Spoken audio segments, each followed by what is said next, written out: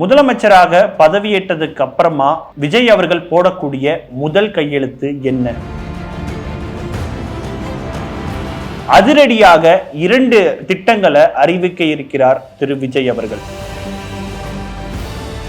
இதை பத்தி தான் இன்றைய டிஜிட்டல் திணையில எக்ஸ்க்ளூசிவா பார்க்க போறோம். வணக்கம், இது மின்னம்பலம். நான் விஷால் பொலிவர்.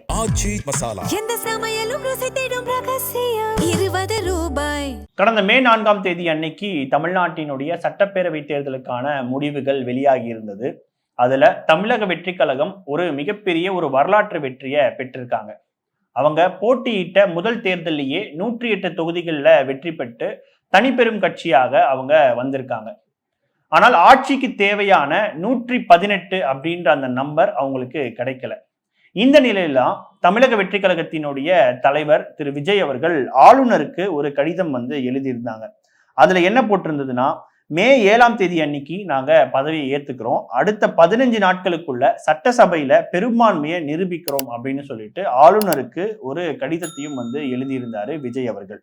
அதன் பிறகு முக்கியமான விஷயத்துக்கு வந்தோம்னா, விஜய் அவர்கள் போடக்கூடிய அந்த முதல் கையெழுத்து என்ன அப்படின்றதுதான் எல்லாருக்குமே ஒரு ஆவலாக இருக்கு.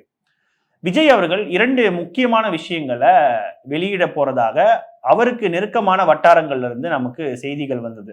அது என்ன அப்படின்னா, விஜய் அவர்கள் இந்த தேர்தல் பிரச்சாரத்துல ரொம்பவே ஒரு முக்கியமான ஒரு விஷயத்த சொல்லியிருந்தாரு. அது என்ன அப்படின்னா, அந்த தேர்தல் வாக்குறுதிகள் கொடுக்கக்கூடிய அந்த நேரத்துல விஜய் அவர்கள் சொன்ன இந்த ஒரு பாயிண்ட் தான், தமிழ்நாட்டுல இருக்கிற எல்லா குடும்பங்களுக்கும் உறுதுணையாக இருக்கத்தான் நாம அரசியலுக்கு வந்தோம். அந்த எண்ணத்தோட வெளிப்பாடு தான் ஒவ்வொரு குடும்பத்துக்கான நம்மளுடைய உத்தரவாதம்.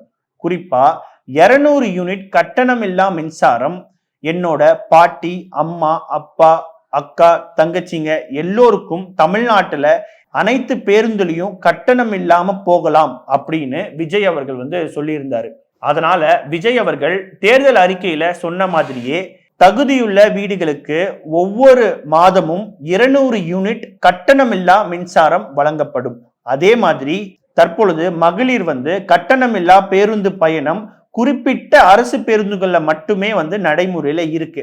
இந்த நிலையை மாற்றி மாநிலம் முழுவதும் இயங்கும் நகர, மாநகர, மாவட்டங்களுக்கு இடையிலான அனைத்து அரசு பேருந்துகள்லையுமே மகளிருக்கு கட்டணமில்லா பயணிக்கும் வெற்றி பயண திட்டம் செயல்படுத்துவோம் அப்படின்றத விஜய்க்கு நெருக்கமான வட்டாரங்கள் இருந்து வந்திருக்கு. ஸோ இந்த அடிப்படையில பார்க்கும் பொழுது இதுதான் விஜய் அவர்கள் அறிவிக்க போகக்கூடிய 2 முக்கியமான அதிரடி திட்டமாக இருக்கும். தொடர்ந்து இது போன்ற அப்டேட்டுகளை தெரிந்து கொள்ள தொடர்ந்து இணைந்திருங்கள். இது உங்கள் மின்னம்பலம். நான் விஷால் பொலிவர். நன்றி, வணக்கம்.